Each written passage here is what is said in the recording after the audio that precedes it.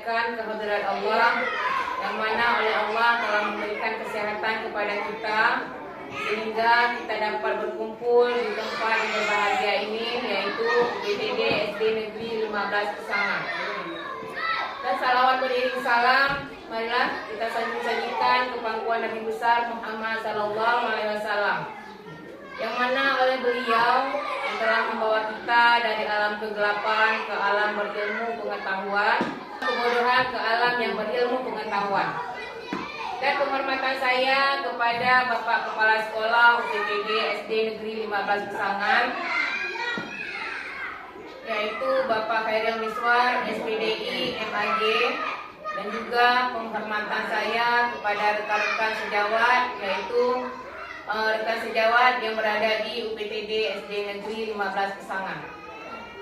Pada kesempatan kali ini, izinkan saya untuk mempresentasikan tentang diseminasi atau pengimbasan tentang modul 1.4, yaitu budaya positif.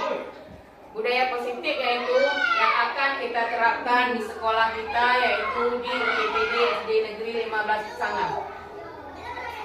Budaya positif di sekolah yaitu nilai-nilai dan kebiasaan-kebiasaan di sekolah yang berpihak pada peserta didik agar mereka dapat berkembang menjadi pribadi yang kritis, penuh hormat, dan juga bertanggung jawab.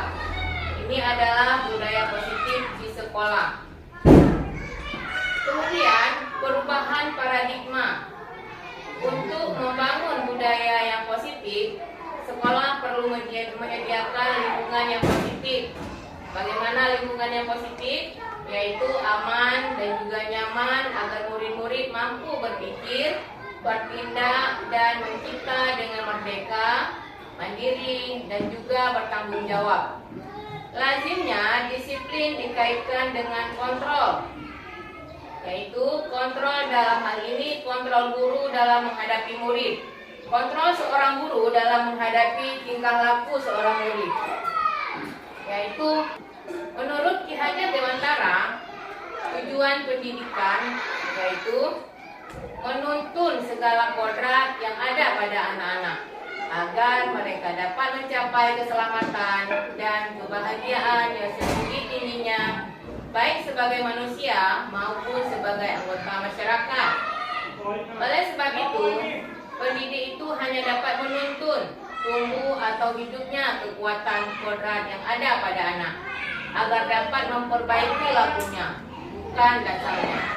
Hidup dan tumbuhnya kekuatan kodrat anak. Menuntun yaitu ibarat kita menanam jagung. Jika menanam jagung, apabila jagung itu kita tanam tanpa kita siram ataupun kita rawat, maka tanaman tersebut ataupun jagung tersebut tidak akan tumbuh seperti yang kita harapkan. Begitu juga dengan peserta didik kita. Kita hanya bertugas untuk menuntun mereka ke arah yang lebih baik.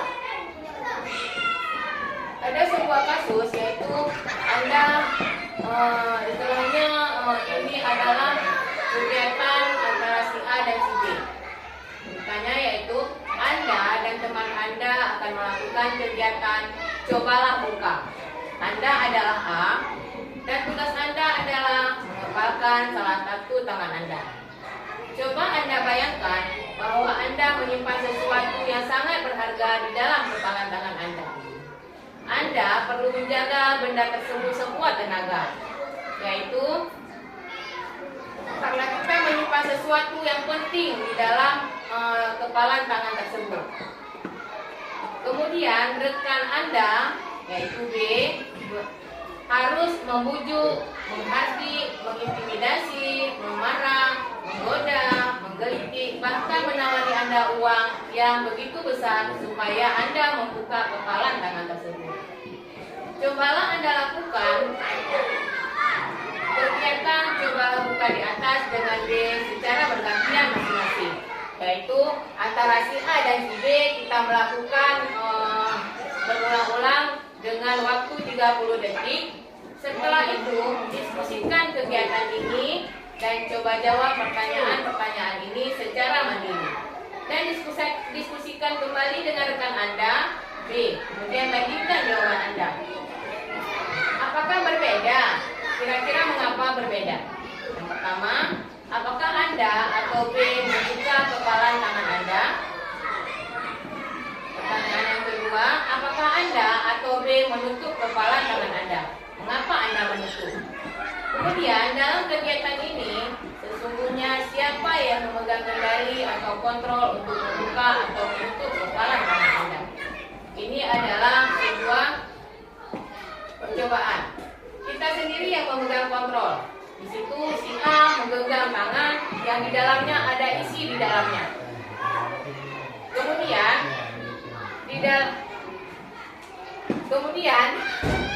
di dalamnya ada sesuatu yang berharga.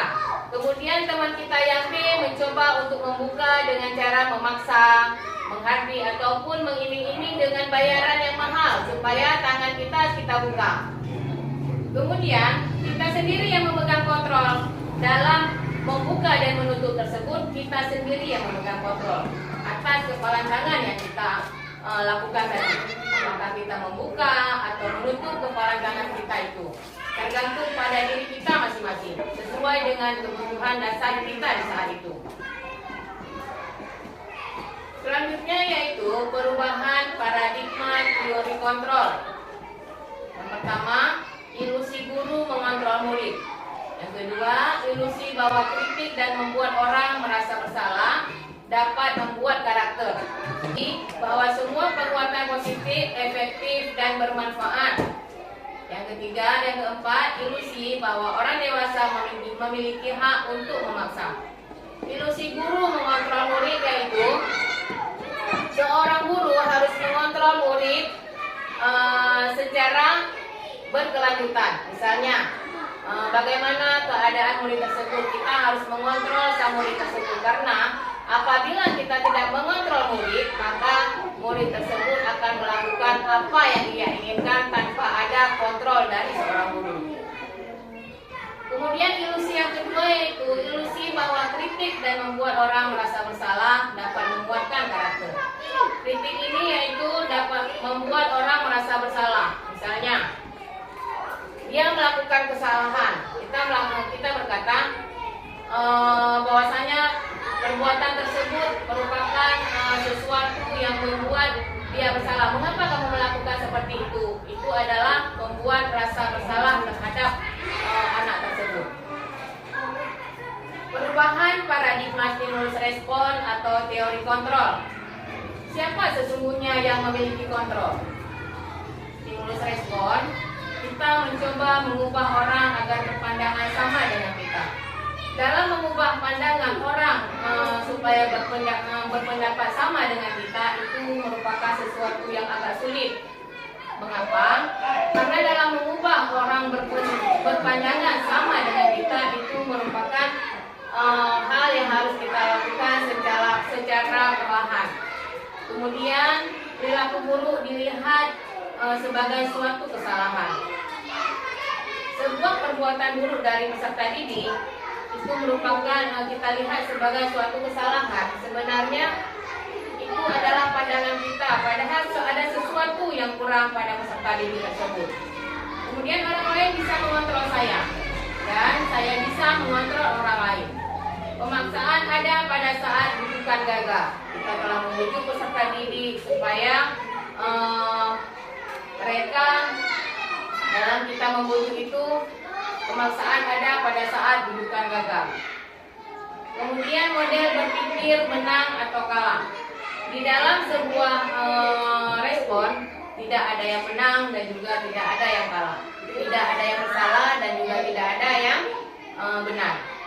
Kita harus menyelidiki apa permasalahan tersebut sehingga kita tahu di mana letak kesalahan, sehingga kesalahan tersebut dapat kita perbaiki bersama-sama. Teori kontrol, kita berusaha memahami pandangan orang lain tentang dunia, dan semua perilaku memiliki tujuannya masing-masing. Hanya Anda bisa mengontrol diri Anda dan tidak bisa mengontrol orang lain. Kemudian kolaborasi dan konsensus mencipta pilihan-pilihan baru. Model berpikir itu merupakan kemenangan.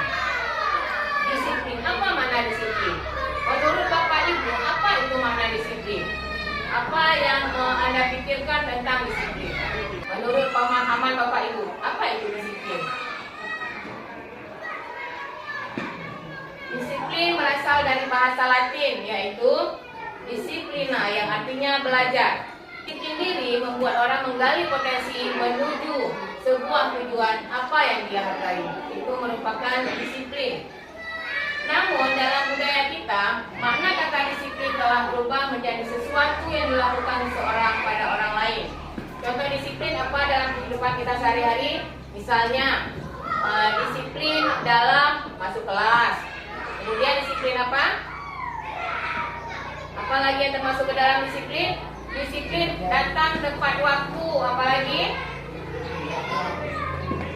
Disiplin belajar. Kemudian disiplin apalagi yang termasuk ke dalam disiplin?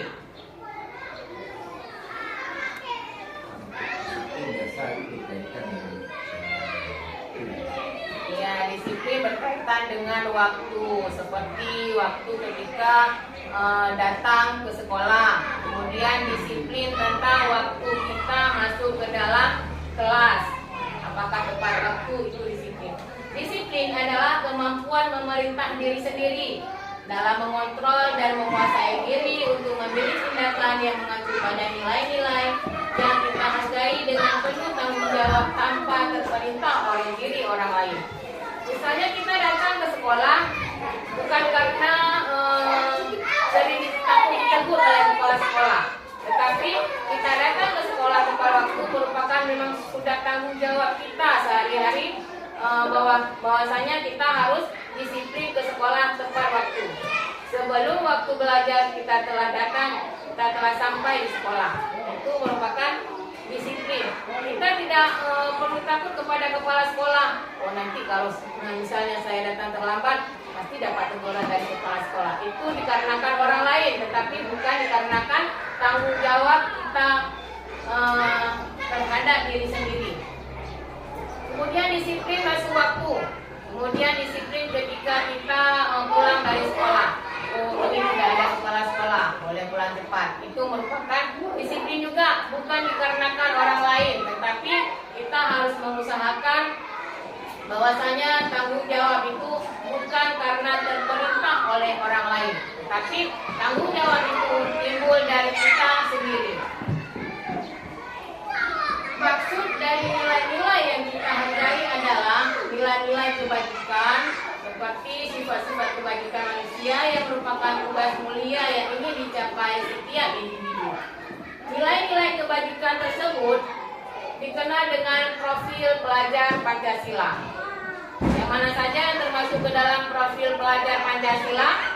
Yang termasuk ke dalam profil pelajar Pancasila yaitu beriman dan bertakwa kepada Tuhan Yang Maha Esa dan juga berakhlak mulia.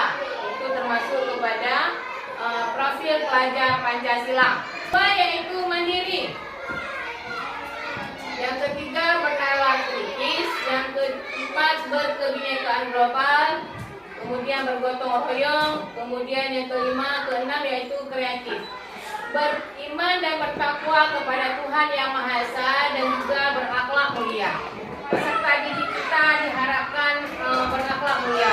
Dan ada artinya apabila siswa tersebut pandai, tetapi akhlaknya tidak berakhlak. Tidak ada arti seorang peserta didik yang pandai tetapi akhlaknya di bawah standar yang kita harapkan. Kemudian mandiri. Peserta didik tersebut harus mandiri. Bagaimana yang dimaksud dengan mandiri? Bukan berarti mandiri itu mandi sendiri, tetapi mandiri apabila melakukan tugas, berusahalah untuk mandiri. Tidak terikat kepada orang lain. Misalnya harus menunggu kawan. Oh, ini ada PR, saya tunggu teman saya isi duluan. Nanti saya kontak saja kepada teman saya. Itu dinamakan tidak mandiri, masih mengharapkan kepada orang lain. Kemudian bernalar kritis. Bernalar kritis yaitu nalar kritis, Pak Kairin, menurut Bapak? Bernalar kritis, ya, tapi tidak samina wa ta'na. Tidak samina wa ta'na. Dia ketika mendapat informasi dia melakukan verifikasi untuk mengetahui apakah informasi tersebut benar atau tidak. Ini kritis. Jadi menggunakan daya pikir untuk memastikan benar atau tidaknya satu informasi. Ya, terima kasih kepada Bapak yang telah menjawab tentang bernalar kritis. Kemudian yang keempat yaitu berkebinekaan global. Bagaimana yang dimaksud dengan berkebinekaan global itu, Pak Faisal? Menurut Anda? Kalau bineka artinya akan berbeda-beda. Iya. Yang global menyeluruh. Jadi pengertiannya, jadi kita menganggap suatu perbedaan secara Menyeluruh. Iya. memandang. Terima kasih kepada Bapak Faisal yang telah menjawab tentang berkebinekaan global. Bergotong royong. Profil pelajar Pancasila selanjutnya yaitu bergotong royong. Bagaimana yang dimaksud dengan bergotong royong, Pak Musa? Menurut Anda, bagaimana yang dimaksud dengan bergotong royong? Gotong royong adalah bekerja sama mengerjakan sesuatu pekerjaan, bukan sendiri-sendiri. Ya, bergotong royong yaitu bekerja bersama-sama dan tidak melakukan secara pribadi ataupun sendiri. Itu yang dimaksud dengan bergotong royong. Terima kasih kepada Pak Musa yang telah menjawab pengertian dari bergotong royong. Kemudian yang keenam yaitu kreatif. Bagaimana yang dimaksud dengan kreatif, Bapak Khairil Miswar? Kreatif, Kemampuan seseorang. kemampuan apabila dikaitkan dengan anak itu kemampuan dalam berkreasi. Berkreasi bisa dengan menemukan hal-hal baru, bisa dengan mengadaptasi halaman dan diperbarui. Iya, terima kasih kepada Bapak Khairil Miswar. Kreatif yaitu kreasi seorang anak terhadap sesuatu. Terima kasih kepada Bapak-Bapak Ibu yang telah menjawab pertanyaan tadi. Kemudian kita lanjutkan, semua perilaku memiliki tujuan. Teori motivasi perilaku manusia. Yang pertama, untuk menghindari ketidaknyamanan atau hukuman, apa yang akan terjadi apabila saya tidak melakukannya. Itu merupakan motivasi eksternal, yaitu motivasi dari luar. Ya. Kemudian untuk mendapatkan imbalan dari orang lain, kita melakukan sesuatu untuk mengharapkan imbalan. Oh, saya melakukan ini supaya nanti ibu imbalannya misalnya supaya dipuji oleh wali kelas kita. Kemudian kita melakukan datang tepat waktu supaya bapak kepala sekolah melihat saya bahwasanya saya rajin. Itu merupakan motivasi dari eksternal ataupun motivasi dari luar. Kemudian yang ketiga yaitu untuk menghargai diri sendiri. Saya akan menjadi orang yang seperti apa bila saya melakukannya. Itu merupakan motivasi internal. Misalnya disiplin atau tujuannya yaitu untuk melakukan disiplin positif. Kita melakukannya untuk diri sendiri, bukan karena orang lain. Itu adalah motivasi internal dari diri kita sendiri. Misalnya kita datang lebih awal, bukan dikarenakan orang lain, tetapi karena kita merasa bahwasanya kita datang lebih awal ke sekolah itu merupakan tanggung jawab kita sendiri sebagai seorang pendidik. Itu merupakan motivasi internal, bukan dikarenakan paksaan ataupun dikarenakan orang lain. Kemudian kebutuhan dasar manusia. Kebutuhan dasar manusia itu ada beberapa macam, yaitu yang pertama, kita sebagai manusia tentunya membutuhkan kasih sayang, baik di rumah maupun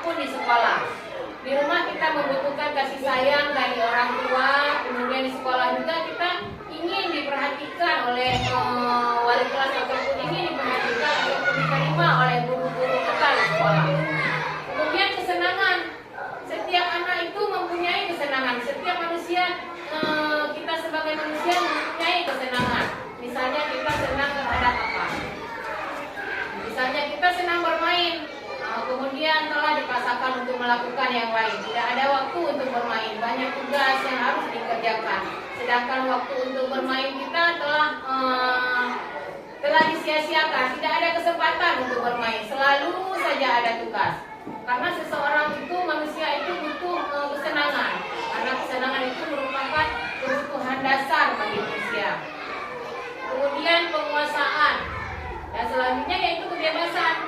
Kita seorang manusia butuh kebebasan. Tidak misalnya kita dipaksakan oleh orang lain, kita merasa bahwasanya ada sesuatu yang telah dihentikan.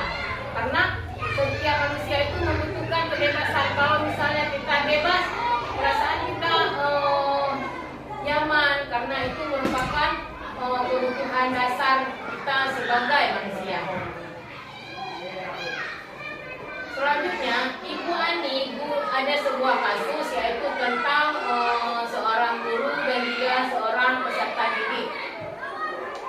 Ibu Ani, guru kelas 5 di SD Pelita Hati, sedang bingung menghadapi ulah salah satu murid di kelasnya, yaitu beliau bernama Agus.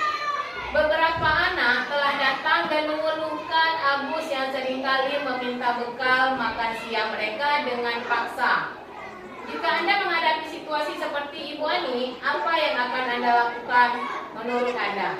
Kira-kira apa alasan Agus melakukan hal itu? Itu sebuah kasus yang biasa kita dapatkan dalam kehidupan sehari-hari kita di sekolah. Sering kita mendapatkan kasus seperti itu.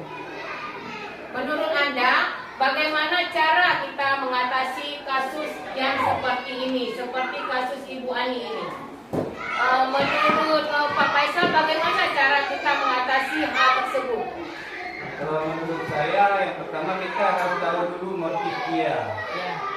Motif si anak melakukan hal tersebut. Mengapa beliau melakukan hal tersebut? Setelah kita tahu motif dia, baru kita bisa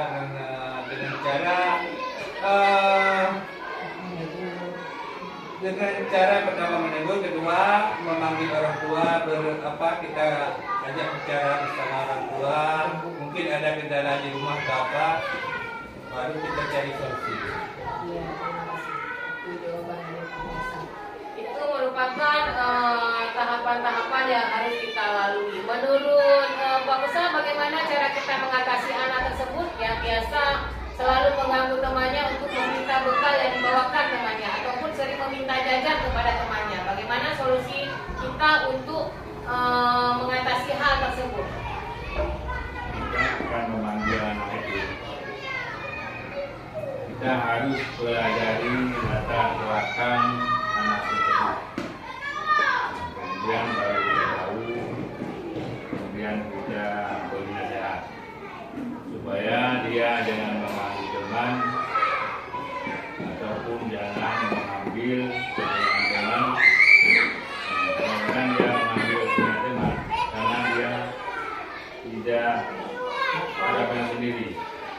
Misalnya dia sering mengambil pulpen temannya, mungkin karena dia nggak ada pulpen. Kita harus belajar dulu bagaimana cara dia. Kadang-kadang kita harus membantu membeli pulpen untuk anak tersebut. Mungkin di rumah tidak dikasih uang pulpen, cuma dikasih jajan. Menurut saya begitu. Ya, terima kasih. Terlebih dahulu kita menanyakan kepada murid tersebut mengapa beliau melakukan hal yang seperti itu, ya. Dalam konteks penerapan disiplin positif, Ibu Ani sebaiknya mencari tahu seperti yang Bapak-bapak jelaskan tadi. Ibu Ani tersebut harus mencari tahu apa alasan si Agus melakukan tindakan tersebut, agar mengetahui kebutuhan mana yang sedang berusaha dipenuhi oleh Agus. Karena ada kebutuhan seperti yang kita katakan tadi, kasih sayang dan juga kebebasan dan juga bermain. Apabila jawaban Agus karena ia lapar, sering mengambil makanan temannya. Apabila kita tanya jawaban Agus karena ia lapar dan orang tuanya tidak membawakannya bekal makan siang, kebutuhannya adalah bertahan hidup.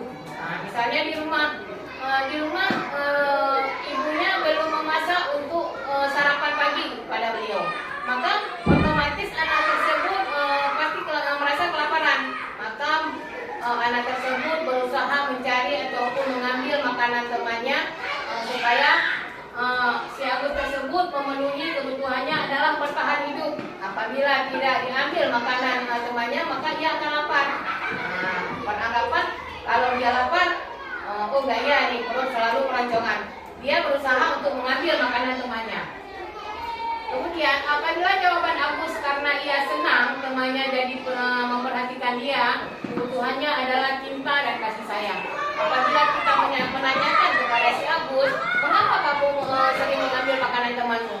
Jika ia menjawab, oh itu karena saya usil bu, karena saya suka mengganggu dia, karena saya selalu suka mengambil makanan dia supaya dia marah. Itu berarti kebutuhan yang dia butuhkan yaitu cinta kasih sayang. Dia butuh perhatian dari temannya. Kalau misalnya sudah diambil makanan, pasti teman-teman tersebut akan merasa bahwasannya dia merasa diperhatikan. Dia nanti pasti akan melapor kepada guru dan guru pasti akan memperhatikan si Agus tersebut. Berarti kebutuhan cinta kasih sayang yang dia butuhkan. Kemudian apabila ketika kita menanyakan kepada si Agus, dia merasa hebat karena temannya jadi takut dan menuruti keinginannya. Apabila jawabannya seperti itu, ketika kita menanyakannya, maka kebutuhan yang dibutuhkan oleh si Agus adalah pengakuan atas kemampuannya. Dia merasa bahwasanya kemampuan dia berarti lebih tinggi dibandingkan kemampuan anak-anak yang lain, anak-anak yang dia ganggu. Berarti dia dapat mengganggu sehingga anak-anak yang lain dapat terusik. Berarti kemampuan kenakalannya di atas tingkat rata-rata anak-anak yang lain. Begitu pendapat dia. Apabila jawaban Agus yang selanjutnya yaitu karena dia merasa bosan dengan bekal yang dibawakan ibunya, karena selalu membawakan bekal yang sama setiap hari. Berarti yang dibutuhkan adalah kebutuhannya adalah kebebasan. Misalnya dia di rumah yang dia bawakan selalu nasi putih dengan telur. Selalu nasi putih dengan telur setiap hari. Sedangkan anak-anak di sekolah terkadang yang lain ada yang membawa mie, ada yang membawa nasi goreng, sehingga dia selalu mengambil makanan teman untuk merasakan makanan tersebut. Karena mengapa? Karena dia merasa bosan dengan makanan yang dibawa bekalnya dari rumah, sehingga dia berusaha untuk melakukan memenuhi kebutuhannya yaitu kebebasan. Kemudian apabila jawaban si Agus tersebut karena iseng dan juga iseng saja dan dia menikmati ekspresi wajah temannya, maka kebutuhannya adalah kesenangan. Apabila dia sudah mengganggu teman, merasa senang dia. Kalau sudah mengganggu merasa senang, bahwasanya ada temannya yang terganggu. Padahal orang yang diganggu sudah merasa sangat marah sekali. Dia senang. Kenapa senang? Karena kebutuhan dia dalam mengganggu itu tercapai. Itulah kebutuhan kesenangan yang dia terima setelah mengganggu ataupun mengambil makanan temannya tersebut. 5 posisi kontrol guru. Kita sebagai guru ada 5 posisi kontrol, yaitu yang pertama sebagai penghukum, yang kedua sebagai pembuat rasa bersalah, yang ketiga teman, kemudian yang keempat yaitu sebagai pemantau, dan yang kelima yaitu sebagai manajer.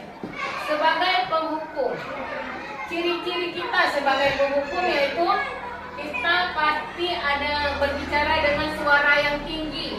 Kemudian kita mimik tubuh kita, raut wajah kita pasti dengan cara menunjuk ataupun membentak ataupun dengan mata yang terbelalak. Pasti dengan mata yang melotot. Itu dalam keadaan kita sebagai penghukum. Itu ciri-ciri kita sebagai penghukum. Kan tidak mungkin sebagai seorang penghukum itu dengan cara senyum-senyum. Pasti dengan mimik wajah yang menyerahkan, dengan jari yang menunjuk-nunjuk kepada siswa, kemudian dengan mata yang melotot kepada siswa. Itulah penghukum. Kemudian efek terhadap siswa. Apa efek yang yang didapatkan oleh siswa tersebut. Kemungkinan murid akan marah dan juga murid tersebut akan dendam atau bersifat agresif, yaitu dengan cara memaki guru tersebut ataupun dengan cara menendang meja dan juga dengan cara apapun yang dia lakukan yang dengan cara pelampiasan dia terhadap guru tersebut, karena dia tidak terima dihukum. Misalnya kita mengatakan bahwasanya kamu selalu tidak membuat PR. Nah, kita katakan begitu. Namun si peserta didik ini merasa marah. Dengan marah tersebut maka ia melakukan hal-hal yang kasar seperti memaki dan juga melakukan hal-hal yang tidak kita inginkan di luar dari jangkauan kita. Karena efek dari penghukum itu sangat berefek kepada siswa. Nah, itu seperti yang kita katakan tadi, anak tersebut pasti akan merasa dendam terhadap guru tersebut. Yang kedua yaitu pembuat rasa bersalah. Bagaimana ciri-cirinya pembuat rasa bersalah? Ciri-cirinya yaitu nada suaranya membelas ataupun dengan cara yang halus ataupun dengan suara yang sedih, dan bahasa tubuhnya merapat pada anak. Itu adalah pembuat rasa bersalah terhadap anak. Efeknya terhadap siswa yaitu murid merasa bersalah. Bagaimana merasa bersalah? Bahwasanya bersalah telah mengecewakan bapak ibu gurunya. Murid tersebut merasa menjadi orang yang gagal dalam melakukan hal-hal yang diharapkan oleh gurunya, yang diharapkan oleh orang tuanya. Ia merasa gagal dan merasa bahwasanya ia tidak dibutuhkan. Semua kelakuannya semua salah di mata guru dan juga di mata orang tuanya. Kadangkala sikap seperti ini lebih berbahaya daripada sikap penghukum tadi, karena emosi akan tertanam di dalam jiwanya. Dia akan menyimpan emosi tersebut, sesuatu yang tidak nyaman selalu disimpan dalam hatinya. Berbeda dengan penghukum tadi. Kalau penghukum dia langsung melakukan hal-hal yang tidak kita inginkan, sedangkan pembuat rasa bersalah dia akan menahan emosinya tersebut. Yang ketiga yaitu teman.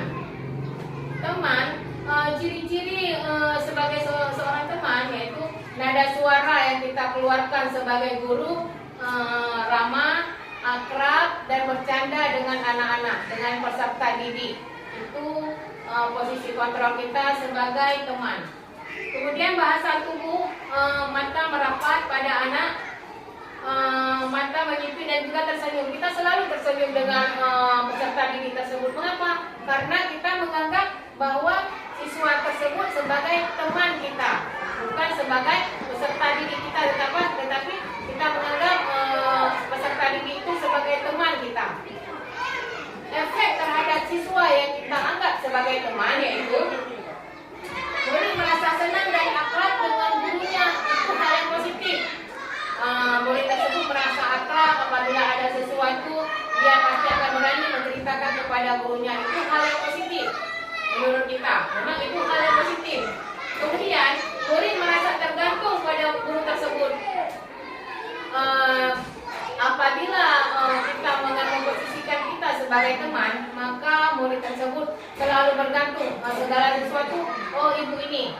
Karena mengapa ia mengatakan begitu? Karena ia menganggap bahwasanya guru tersebut adalah temannya, tempat dia curhat.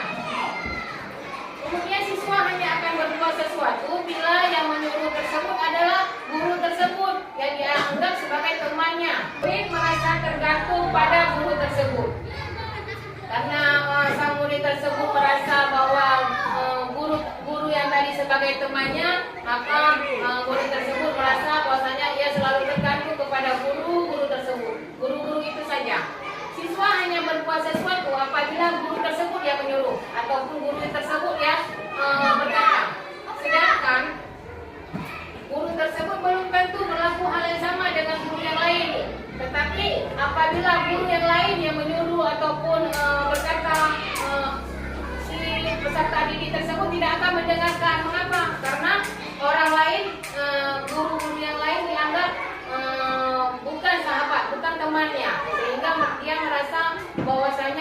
guru yang lain itu adalah orang lain yang tidak ia senangi, yang tidak ia sukai.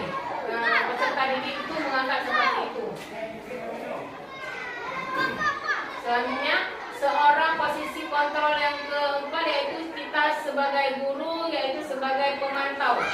Bagaimana ciri-cirinya? Nada suara kita sebagai pemantau itu datar, biasa-biasa saja ketika kita berbicara sebagai seorang guru.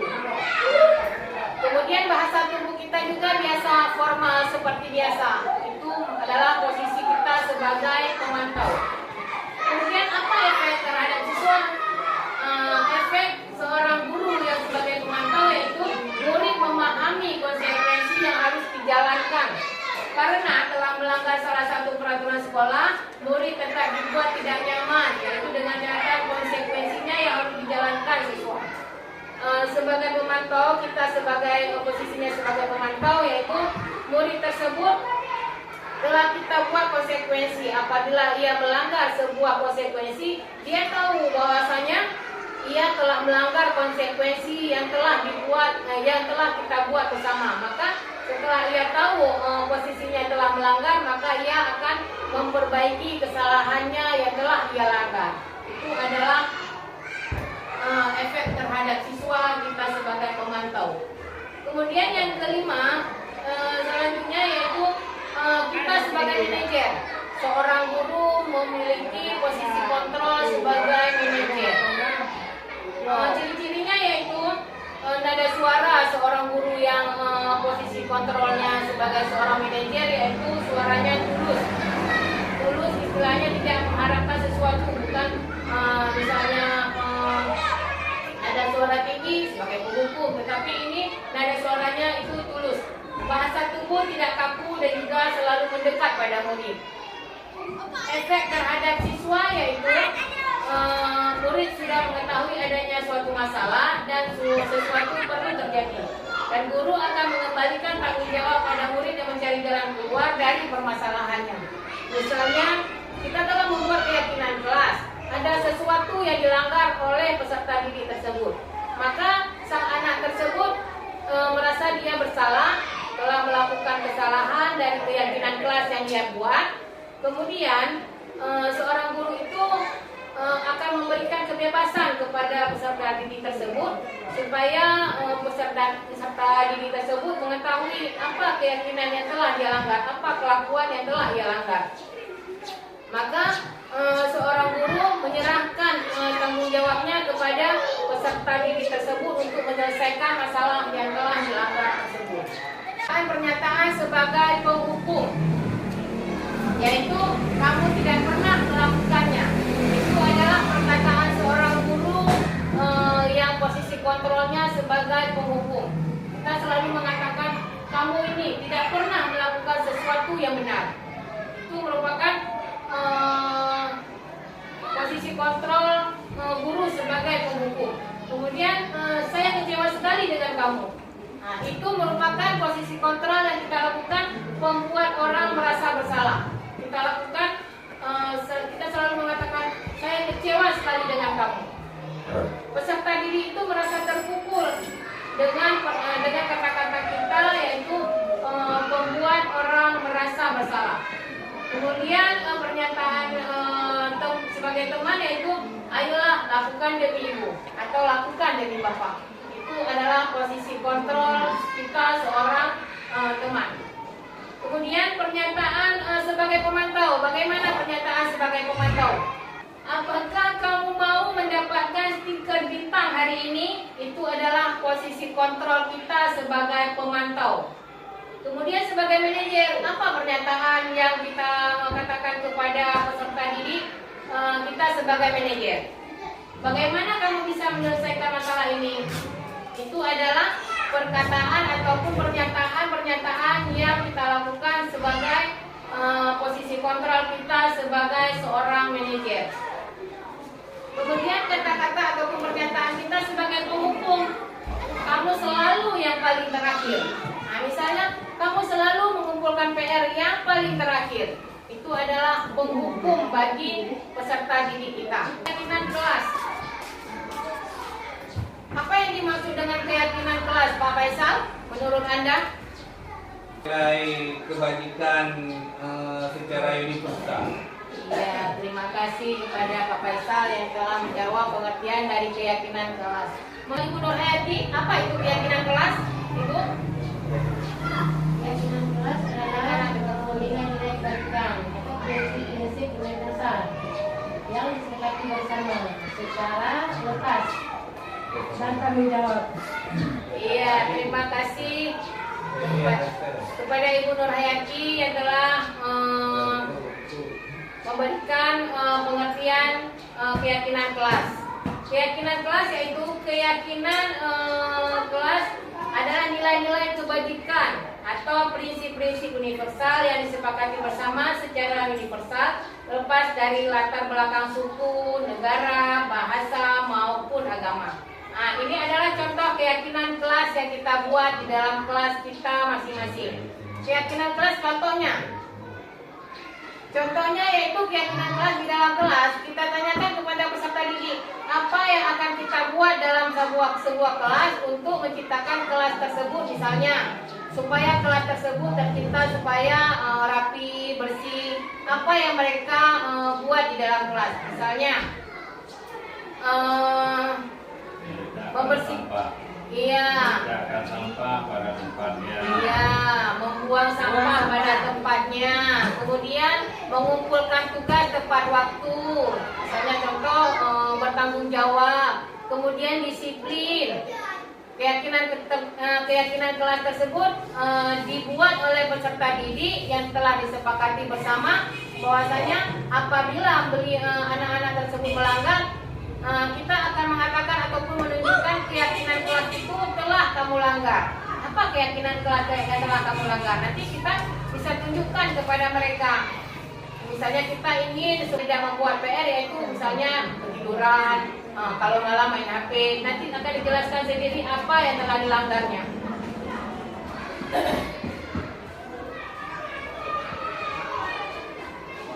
Pembentukan keyakinan kelas. Bagaimana cara kita membentuk keyakinan kelas, Ibu Badriah? Bagaimana caranya kita membentuk keyakinan kelas tersebut? Ya, percakapan abstrak dan konflik. Ya.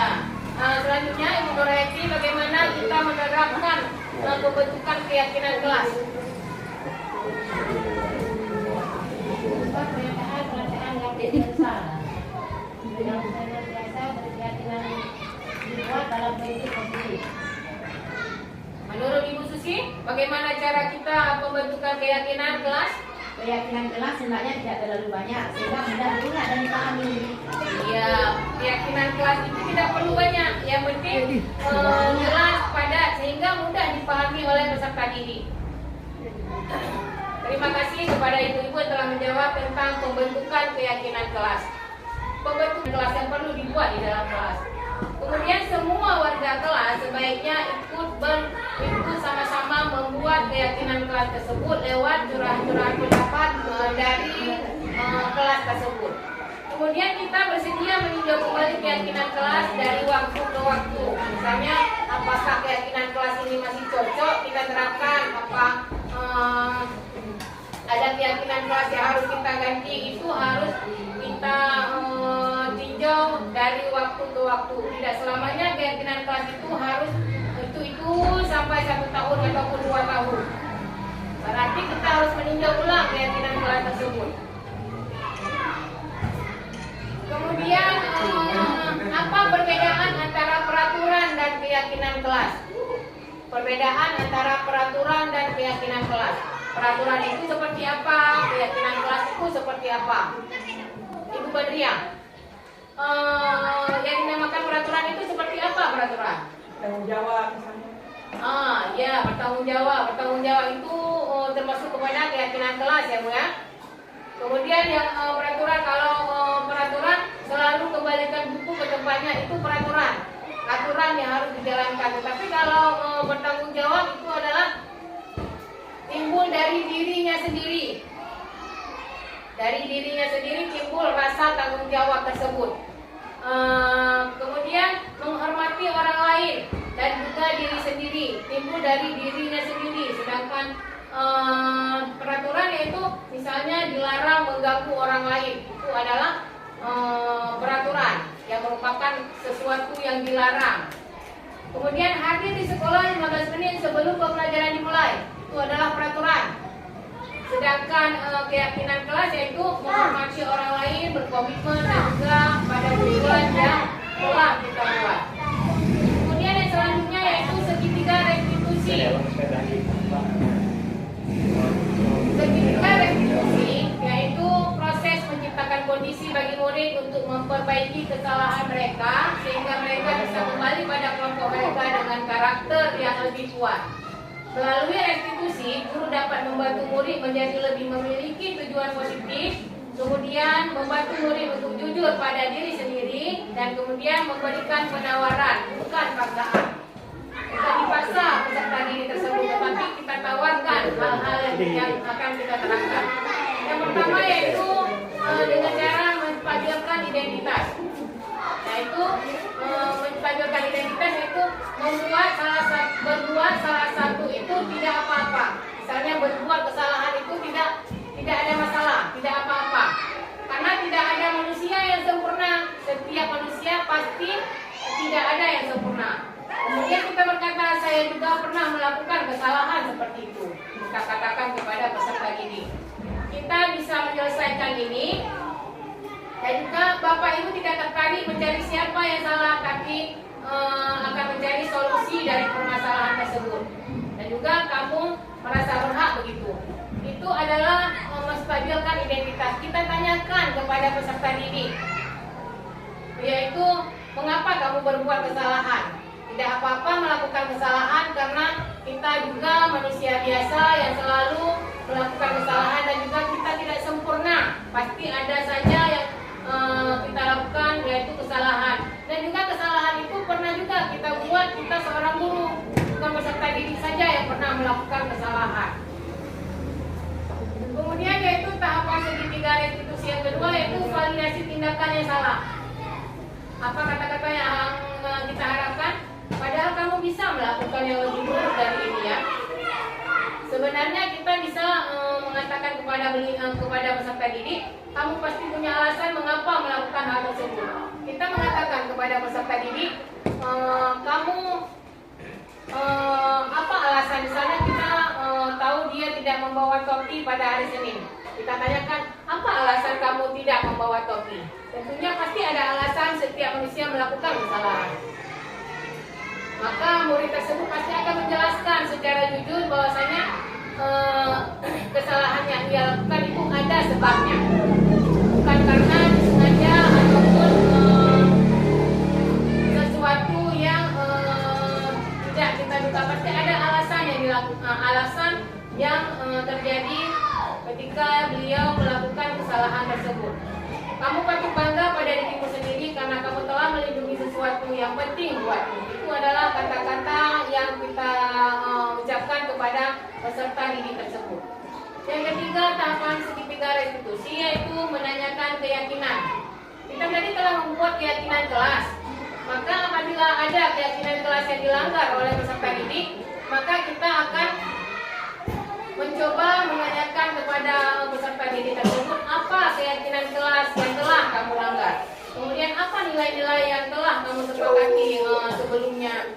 Kemudian apa bayangan kita tentang kelas yang ini. Kita tanyakan kepada peserta didik tersebut apa keyakinan kelas yang telah kamu langgar. Kemudian bagaimana usaha kamu untuk memperbaiki kesalahan kamu yang telah kamu buat. Itu adalah menanyakan keyakinan. Ya, cukup sekian pemaparan saya tentang budaya positif di sekolah. Terima kasih. Assalamualaikum warahmatullahi wabarakatuh.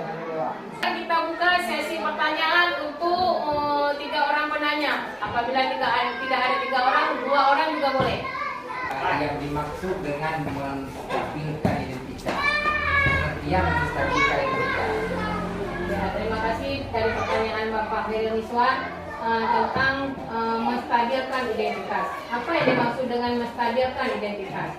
menstabilkan identitas itu yaitu kita menanyakan kepada peserta didik bahwasanya apa yang dia lakukan, misalnya berbuat salah. Misalnya dia mengatakan dia telah berbuat salah. Bu, hari ini saya tidak membawa topi.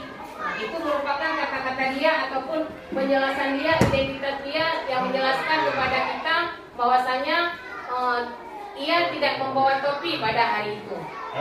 Kemudian kita berkata kepada peserta didik tersebut, oh tidak apa-apa, karena dia telah menjelaskan identitas dia tidak membawa topi kepada kita. Ya, baiklah, terima kasih kepada pertanyaan Bapak Khairul Miswan tadi. Mungkin ada tambahan dari teman-teman yang lain tentang menstabilkan identitas tadi. Yang ingin saya tanyakan, kalau tadi ada menyinggung masalah budaya positif di sekolah, bisa dijelaskan manfaat daripada penerapan budaya positif di sekolah? Ya, terima kasih atas pertanyaan Bapak Faisal yang menanyakan tentang apa fungsi ataupun apa manfaat menerapkan budaya positif di sekolah. Terima kasih kepada Pak Faisal yang telah menanyakan pertanyaan tersebut. Manfaat dari kita menerapkan budaya positif di sekolah yaitu dengan kita menerapkan budaya positif di sekolah, maka kita akan membudayakan hal-hal yang positif. Kita tidak lagi melakukan peserta didik tersebut, kita menganggap peserta didik sebagai penghukum, ataupun kita menganggap peserta didik melakukan peserta didik sebagai pembuat rasa bersalah. Misalnya kita mengatakan selalu saja kamu-kamu yang melakukan kesalahan, selalu saja kamu-kamu yang tidak melakukan ataupun membuat PR. Kemudian ketika kita telah menerapkan budaya positif, maka kita tidak akan lagi memposisikan kita sebagai posisi kontrak kita sebagai penghukum, sebagai pembuat rasa bersalah, sebagai teman. Karena telah kita jelaskan tadi, hal-hal tersebut ada efek yang terjadi pada siswa. Maka setelah kita menerapkan budaya positif di sekolah, akan terjadi perubahan di dalam penerapan kita sehari-hari dalam membudayakan budaya positif. Begitu Pak Faisal. Terima kasih telah kepada Bapak Faisal. Sudahi sampai di sini.